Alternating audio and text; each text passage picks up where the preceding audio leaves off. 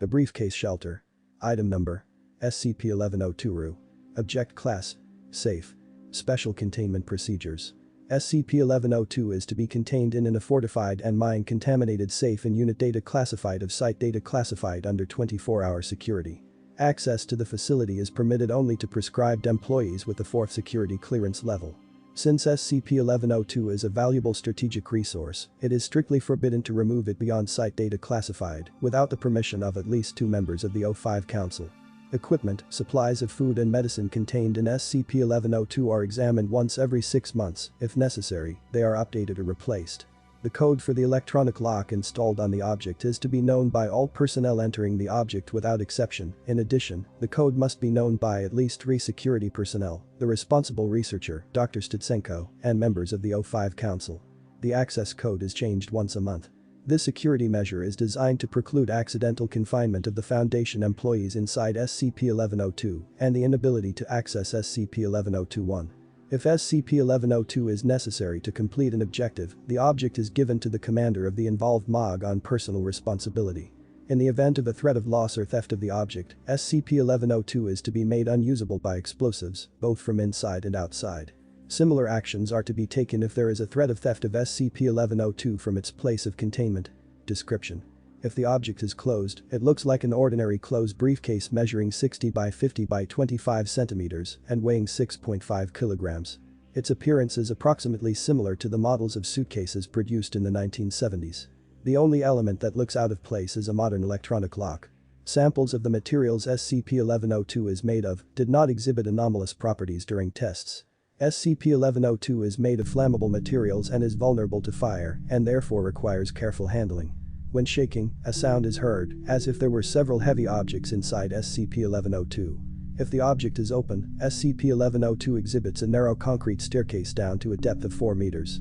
Despite the apparent impossibility, the staircase can be used to go down the stairs to the complex, classified as SCP-1102-1. SCP-1102-1 has one spacious room with dimensions of 150 by 150 by 10 meters, called the main hall, and 3 utility rooms, with dimensions of 10 by 7 by 3 meters each, as well as a bathroom. The main hall is almost completely lined with metal shelves that are filled with canned food, medicine, tools, weapons, and data expunged. The main hall also has 1 water pump and 3 diesel electric generators that provide the whole complex with electric power.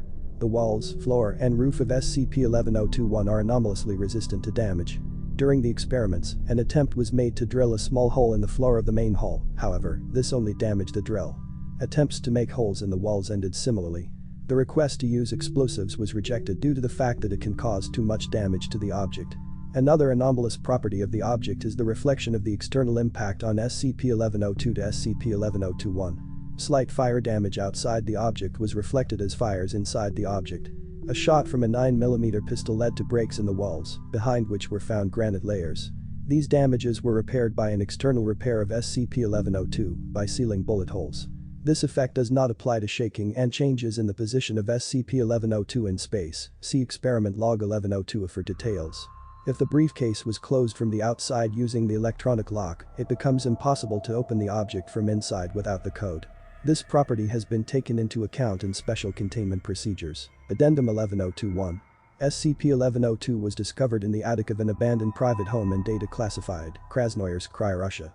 The house had a bad reputation among the surrounding residents, who complained about the noise constantly coming from this house and believed that it was inhabited by ghosts.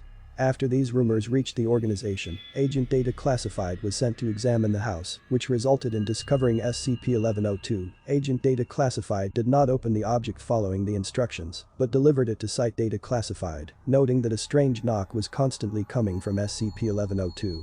The building was purchased by the organization and demolished.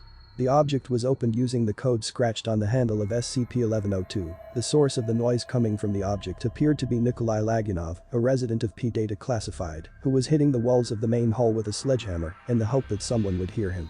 N. Lagunov went missing Data Classified of Data Classified 2000 Data Classified when he was going home from work. According to him, Lagunov discovered SCP-1102 in an alley, opened it and entered it, but could not get out because someone closed SCP-1102 using an electronic lock. See Interview 1102-B for more information. Addendum 1102-2. Interview 1102-B date. 17 June 2000 Data classified. Location. Site data classified. Interviewer. Dr. Stutsenko. Interviewed. N. Lagunov. Begin log. Dr. Stutsenko. So, Nikolai Vitalovich, tell us again what happened to you. N. Lagunov. But I have already told your people what happened to me more than once. Dr. Stutsenko. So tell me again, don't miss the slightest detail.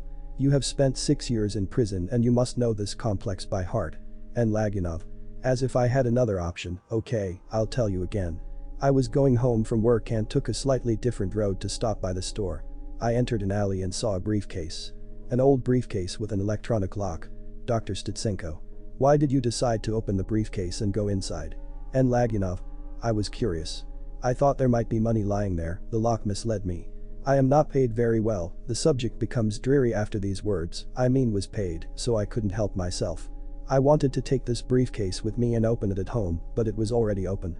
Inside was a staircase, a real staircase that led deep into the briefcase. I thought that only happens in fairy tales. Dr. Stutsenko. What happened next? N. Lagunov. I decided to go downstairs and see what's down there. I didn't even think about the fact that it might be a trap or a hallucination. Dr. Stutsenko. Didn't you think it might be the alcohol? Were you drinking that day? N. Lagunov. No, my doctors forbade me to drink when I was young. And if I did, what would it change? Dr. Stutsenko. You're right, nothing. Please, go on. N. Lagunov. I went downstairs and found a huge hall with shelves of food, tools and other things, so huge that the far end of the room was not visible. I decided to reach its end to see how big it was, my first estimate was at least 100 meters. Anyway, I found 3 more rooms, power generators and a pump.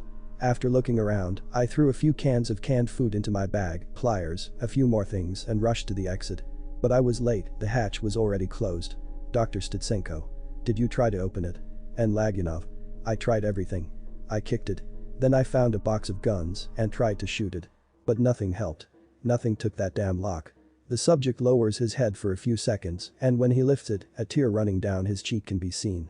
Dr. Stutsenko. Would you like a drink? If it's hard for you, we can interrupt the conversation and continue it later. N. Lagunov. No, I'll tell you, it's okay. It's just. You said I spent 6 years there and I thought I spent half my life there. What was I supposed to feel except despair?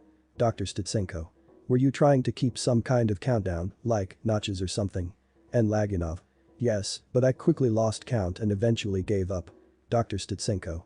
Have you tried another way to escape? N. Lagunov. Of course, I tried it, but I failed. The walls were surprisingly strong for bricks.